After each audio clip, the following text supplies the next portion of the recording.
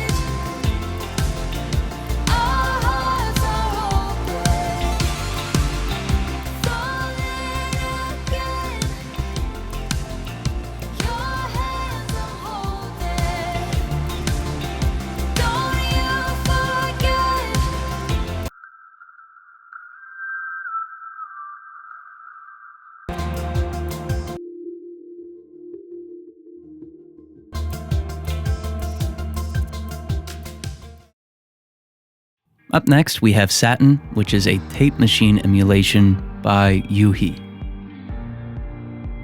Up next is perhaps the most comprehensive tape machine and tape medium emulation plugin that I've used. It utilizes different tape speeds, bias, wow and flutter, and other parameters that you've probably seen before in a tape machine plugin. However, it also emulates encoding and decoding, noise, disparity noise, crosstalk for stereo expansion, and a lot more. Let's look at this plugin on a deeper level. First thing to note is that although the plugin also has delay and flanging modes, we'll stick to covering just the studio mode since this is what you'll be using if you're mastering. Up top, we have our input and output dials, which can be altered with the makeup button to compensate for any gain changes. The tape type can be switched, and we can measure our input and output as well as enable soft clipping. In the middle window, we can alter our tape speed, which adjusts the frequency range of the signal, with higher speeds resulting in an emphasis on higher frequencies, and vice versa. Pre-emphasis compensates for frequency attenuation that can occur due to the distance between the reproduction tape heads. In the middle, we can create up to 8 instances of the plugin, but we'll most likely just be using one for mastering. To the right is an encoder and decoder, which can be used to emphasize high frequencies in a signal to mask tape noise, and then de-emphasize them to balance the response, but this won't be needed when we're mastering. In the bottom section titled Service Section, we can control hiss or general noise, and asperity, which is imperfections in the surface of the tape, resulting in a blurring effect and mild noise as well. Crosstalk blends the right signal into the left and the left into the right, resulting in mild to significant phase cancellation and potential stereo widening.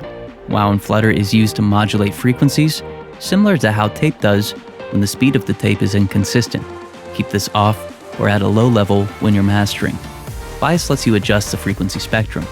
A lower bias results in more distortion, but a balanced high range. Higher bias does the opposite, resulting in low distortion, but with less highs. Some engineers use a higher bias to achieve a slightly warmed sound. By adjusting the gap width, you essentially create a tilt filter, which can be used to emphasize either the low or high frequencies, as well as introduce mild to significant resonance filters. Bump increases or decreases the slope and significance of a resonance filter in the low frequencies. Azimuth emulates the phase cancellation that would occur when tape heads aren't properly aligned or angled. Now, you've probably noticed the analyzer to the right, which lets you know how the settings that you're choosing affect the frequency response.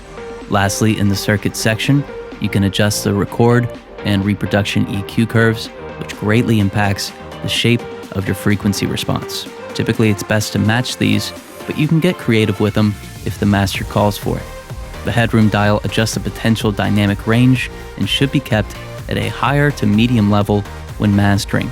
Although tape emulation can't fully encompass the sound and complexity of a tape machine, this one does a great job at coming as close as currently possible in digital audio. Let's take a listen to the plugin. Feels like so much time from when we were saying, holding my breath, don't lose the moment, holding my breath, don't lose the moment, here at the edge, our hearts are open, falling again, your hands I'm holding, don't you forget, we're always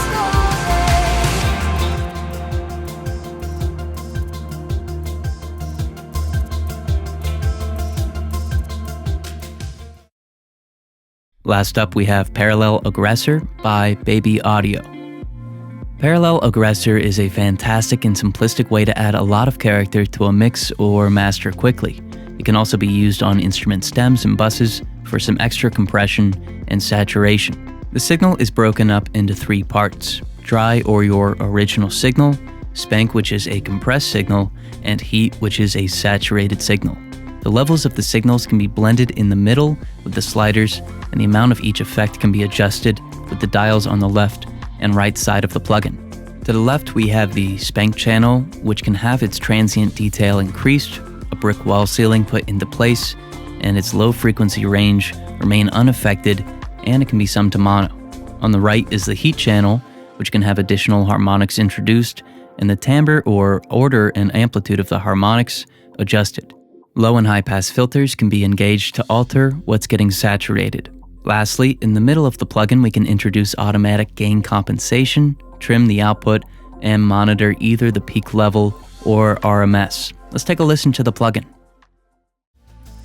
feels like so much time from when we were saying, holding my breath, don't lose the moment, holding my breath, don't lose the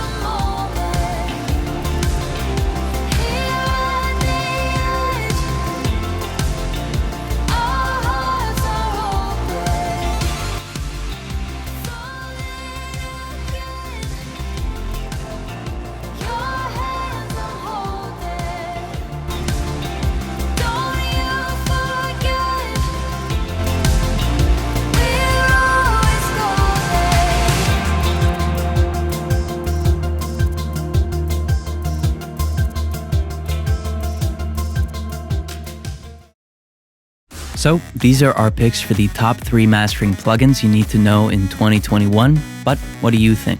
Let us know in the comments section below. Also, if you're an artist or an engineer, send us one of your mixes at sageaudio.com.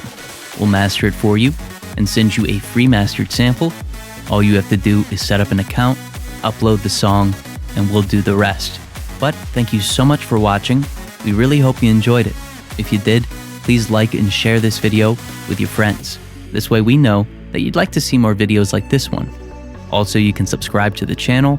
We release 3 to 4 new videos every week, and subscribing is the best way to stay up to date. There's a comment section where you can leave your thoughts on this video, or you can make a suggestion for a future video. And again, if you're an artist or an engineer and you have a mix that you need mastered, send it to us at sageaudio.com. We'll master it for you and send you a free mastered sample. Thank you so much for watching. We'll see you in the next video.